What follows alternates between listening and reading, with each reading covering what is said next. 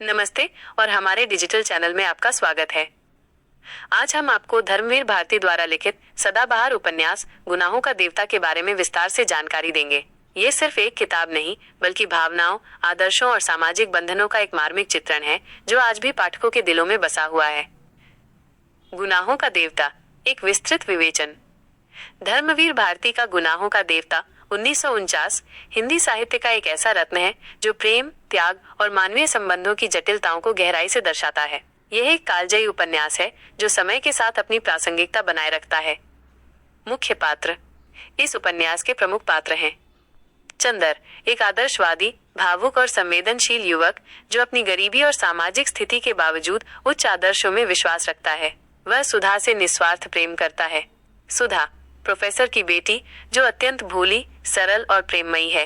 वो चंदर के प्रति पूरी तरह समर्पित है, लेकिन सामाजिक मर्यादाओं और अपने पिता की आज्ञा के प्रति भी उतनी ही निष्ठावान है।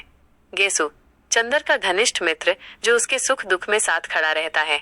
वह चंदर की भावनाओं को समझता है और उसे सही गलत का रास्ता दिखाने की कोशिश करता है।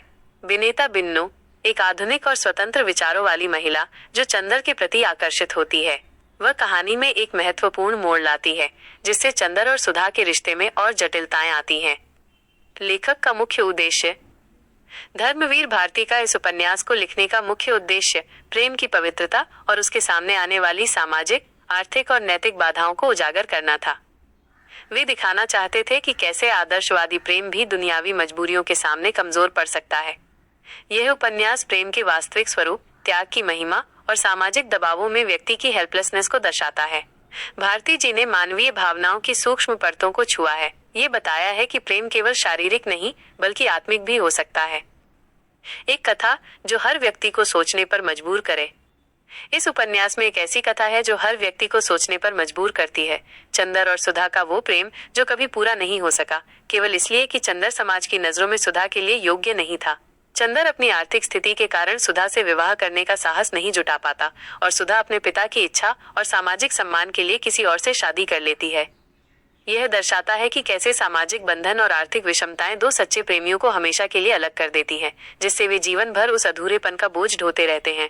ये सोचने पर मजबूर करता है कि क्या प्रेम हमेशा सामाजिक स्वीकृति का मोहताज होता है और क्या व्यक्ति को अपने आदर्शों के लिए इतना बड़ा बलिदान देना चाहिए। इस किताब की 10 विशेष बातें। 1. अमर प्रेम कहानी। चंदर और सुधा का प्रेम हिंदी साहित्य की सबसे यादगार प्रेम कहानियों में से एक है। 2. भावनात्मक गहराई। मानवीय भावनाओं, विशेषकर प्रेम, त्याग, निराशा और पीड़ा का अत्यंत सूक्ष्म और यथार्थवादी चित्रण। 3. सामाजिक यथार्थ। तत्कालीन भारतीय समाज में प्रेम, विवाह और सामाजिक मर्यादाओं के संघर्ष को बखूबी दर्शाया गया है। 4. पात्रों की मनोवैज्ञानिक बुनावट। सभी पात्रों का मनोवैज्ञानिक विश्लेषण इतना गहरा है कि वे पाठक को अपने से लगते हैं। 5. भाषा शैली। धर्मवीर भारती की सरल, काव्यात्मक और प्रवाहपूर्ण भाषा शैली जो सीधे हृदय को छूती है। 6. आदर्शवाद और यथार्थवाद का संगम। आदर्शवादी प्रेम को यथार्थवादी सामाजिक परिस्थितियों के साथ जोड़ना। 7. अधूरे प्रेम का चित्रण। ये उपन्यास दिखाता है कि कैसे कभी कभी प्रेम पूरा न होकर भी अमर हो जाता है। 8. साहित्यिक महत्व। इसे हिंदी के सर्वश्रेष्ठ उपन्यासों में से एक माना जाता है और ये कई पाठ्यक्रमों का हिस्सा भी है। 9. कालजयी अपील। 70 साल से भी अधिक समय बाद भी ये उपन्यास आज के युवाओं को उतना ही आकर्षित करता है। 10. त्रासद अंत। उपन्यास का दुखांत अंत पाठकों के मन पर गहरा प्रभाव छोड़ता है और उन्हें लंबे समय तक सोचने पर मजबूर करता है। ये किताब क्यों पढ़नी चाहिए? ये किताब आपको इसलिए पढ़नी चाहिए क्योंकि यह प्रेम के वास्तविक अर्थ को समझने में मदद करती है, जो केवल पाना नहीं, बल्कि त्याग और समर्पण भी हो सकता है। यह मानवीय मन की जटिलताओं और सामाजिक दबावों में व्यक्ति के संघर्ष को दर्शाती है। यह आपको अपनी भावनाओं से जुड़ने और जीवन के कठोर सत्यों का सामना करने की प्रेरणा देती है। धर्मवीर भारती की अद्भुत लेखन शैली का अनुभव करने के लिए, जो हिंदी साहित्य का गौरव है। यह एक ऐसी कहानी है जो आपको रुलाएगी, हंसाएगी और लंबे समय तक आपके जहन में बसी रहेगी। उपन्यास का आखिर पल। सुधा आत्महत्या क्यों करती है? उपन्यास के अंत में सुधा की आत्महत्या इस कहानी का सबसे मार्मिक और हृदय विदारक पल है और यही इसे सदाबहार बनाता है। सुधा की आत्महत्या के कई कारण हैं जो उसके जटिल आंतरिक संघर्ष को दर्शाते हैं। अधूरे प्रेम की पीड़ा। सुधा का प्रेम चंदर के लिए पवित्र और निस्वार्थ था।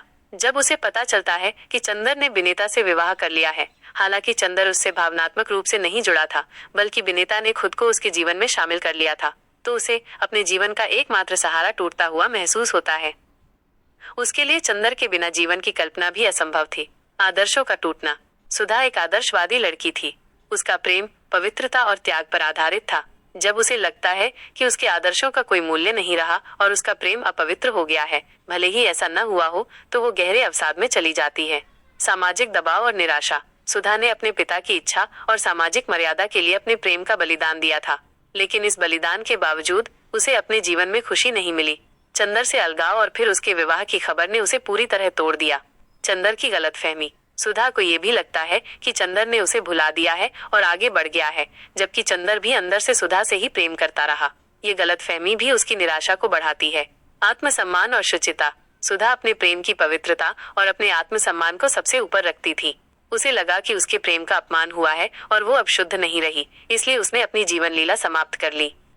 सुधा की आत्महत्या सिर्फ एक घटना नहीं, बल्कि एक आदर्शवादी प्रेम के दुखद अंत का प्रतीक है, जो सामाजिक दबावों और गलतफहमियों का शिकार हो जाता है।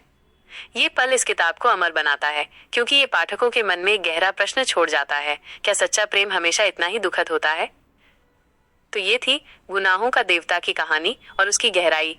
ये उपन्यास सिर्फ एक प्रेम कहानी नहीं, बल्कि मानवीय भावनाओं और सामाजिक यथार्थ का एक आईना है। आपको हमारा ये प्रयास कैसा लगा, हमें जरूर बताएं।